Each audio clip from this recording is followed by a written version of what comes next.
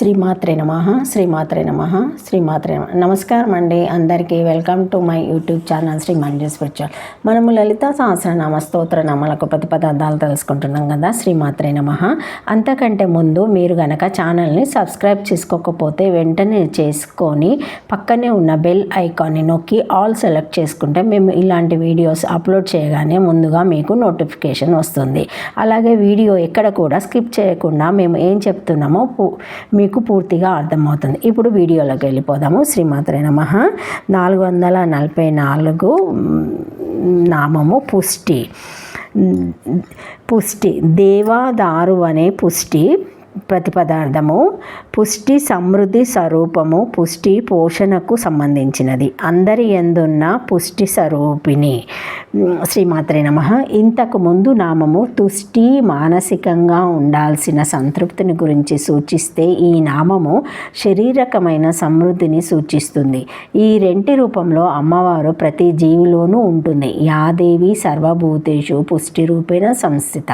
మానసిక తృప్తి, శారీరక పుష్టి కలిగిన వారు నిత్య సుఖ సంతోషాలతో ఉంటారు. దేవదారు వనమందు పుష్టి రూప దేవత అయి ప్రతి జీవిలోని పుష్టి యొక్క స్వరూపము కలిగి ఉంటుందని దీని అర్థము. శ్రీమాత్రే నమః. 445 నామము మతి. ఈ నామంతో అమ్మవారికి మాతాయ నమః అని చెప్పుకోవాలి. మతి బుద్ధి. సర్వజీవులలోనూ అమ్మవారు బుద్ధి రూపంలో ఉంటుంది. యాదేవి సర్వభూతేషు బుద్ధి రూపేణ సంస్థిత. మననము అనే పదానికి పార్టిసిపల్ మతి. వస్తువులను గురించి తెలుసుకోవడానికి పంచేంద్రియములతో కూడిన మనసు అవసరం. అయితే విషయాలను గుర్తుపెట్టుకోవడానికి, వస్తువులను తయారు చేయడానికి, క్రొత్త వాటిని సృష్టించడానికి, నిర్ణయాలు తీసుకోవడానికి అవసరమయ్యేది బుద్ధి. దీన్నే మతి అంటారు. వ్యక్తులు బుద్ధి రూపంలో ఉండే అమ్మవారిని మతి అంటారు. వ్యక్తులలోని బుద్ధి యొక్క రూపము అని ఈ నామాన్ని మనము అర్థం చేసుకోవాలి. శ్రీమాత్రే నమః. శ్రీమాత్రే నమః. మతి జ్ఞాన స్వరూపిణి అని కూడా అనుకోవాలి. వాయు పురాణమందు మతి శబ్ద లక్షణము చెప్పబడినది. పరిమాణము లేని పరమాత్మ యందు పరిమాణమును కలిగించినది, అనేక స్వరూపములుగా విభజించినది, పురుషుని భోగభాగాలసునిగా చేయున్నది కనుక దీనికి మతి అను పేరు కలిగినది. ఆ మతియే దేవి స్వరూపమని సుత సంహిత యందు వేద ప్రయాణమంద శక్తి గలదనియు మంగళప్రదమనియు శ్రేష్టమగు అనుభవ రూపమగు ఈ మతి గలదు. అదే శివ పార్వతి స్వరూపురాలు. కేశవుడు మొదలగు జనులందరి చేతను సేవింపబడుచున్నది. అత్యంత సుఖము కలిగించుచున్నది. అట్టి ఆ దేవికి మేము నమస్కరించుచున్నామని అనుకోవాలి. దీనిని బట్టి పార్వతి మతి స్వరూపిణి అని అర్థము. ఇది 2 అక్షరముల నామము. శ్రీమాత్రే నమః. 446 నామము ధృతి. ప్రతిపదార్థం ధృతి. అందరి యందున ధైర్య స్వరూపిణి, ధైర్య స్వరూపురాలు. పిండరాక్ష క్షేత్రాధిష్ఠాన దేవత. పిండరాక్ష క్షేత్రాది దేవతలయగు దేవికి ధృతి అని పేరు కలదు. శ్రీమాత్రే నమః. శ్రీమాత్రే నమః. శ్రీమాత్రే నమః. ధృతి ధైర్యం అని కూడా అనుకోవాలి. ప్రతి జీవిలోనూ అమ్మవారు ధైర్యం అనే రూపంతో ఉంటుంది. యాదేవి సర్వభూతేషు ధృతి రూపేణ సంస్థిత. మన మీద మనకు ఏ విషయంలో అయినా నిజమైన నమ్మకాన్ని కలిగించగలిగే కారణము బయట ఉండదు. అంటే బయట పరిస్థితులు, బయట వ్యక్తులు కారణం కాదు. మనలోనే ఉండే ఒక గుణం దీనికి కారణమవుతుంది. ఈ గుణాన్ని ధైర్యం, స్థైర్యం అనే పేర్లతో పిలుస్తారు. ఆంగ్లంలో దీనిని internal source of support, confidence అంటారు. ఈ ధైర్య స్థైర్యాలు మనల్ని బలపరుస్తూ విపత్కర పరిస్థితులలో నిలబడగలిగేటట్లు చేస్తాయి. ప్రతి జీవిలోనూ ధైర్య రూపంలో ఉండున్నది అని ఈ నామానికి అర్థము.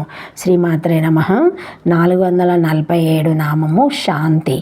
ఈ నామంతో అమ్మవారికి నమస్కరించేటప్పుడు శాంతి అయి నమః అని చెప్పుకోవాలి. శాంతి తోటుపాటు లేని నిలకడతనము గలది. జయాపజయాలు, సంయోగ వియోగాలు, సుఖదుఖాలు, కష్ట సుఖాలు, లాభ నష్టాలు, కలిమిలేములు ఇటువంటి ద్వంద్వాల స్పర్శ చేత ఉద్వేగము, దైవము దైన్యము వంటి ఏ విధమైన మార్పు కానీ ఉండని స్థితిలోని అనుభూతిని శాంతి అంటారు. ఈ శాంతిని శమము అంటారు. దీనిని శం అనే అక్షరంతో సూచిస్తారు. శర్మ అంటే శం కలిగిన వాడు అని అర్థం. అంటే శాంతి కలిగిన వారు లేదా నిత్యము శాంతంగా నుండువారు అని అర్థం. బ్రాహ్మణుడు అవ్వాలంటే ఈ శం ఒక కీలక లక్షణమై ఉండాలి. అందుకే సంధ్యావందనంలో బ్రాహ్మణులు గోత్ర ప్రవర్ణాలు చెప్పుకునేటప్పుడు నామధ్యేయం తర్వాత శర్మ అని చెప్పుకోవాలంటారు. అమ్మవారు సర్వజీవులలోనూ శాంతి రూపంలో ఉంటుంది. యాదేవి సర్వభూతేషు శాంతి రూపేణ సంస్థిత. ప్రశాంతంగా మనసు ఉన్నవారే సరి అయిన నిర్ణయాలు తీసుకోగలరు. ఉద్యోగ స్థితిలో ఉన్నవారు పొరపాట్లు చేయడానికి అవకాశం ఉంటుంది. శాంతిని కోరేవారు ఈ నామాన్ని శాంతిని నమః అని జపించాలి. శాంతి స్వరూపిణి అని ఈ నామాన్ని మనం అర్థం చేసుకోవాలి. శాంతి షోడాశి కళ విషయము. కామక్రోధములు లేకుండుట.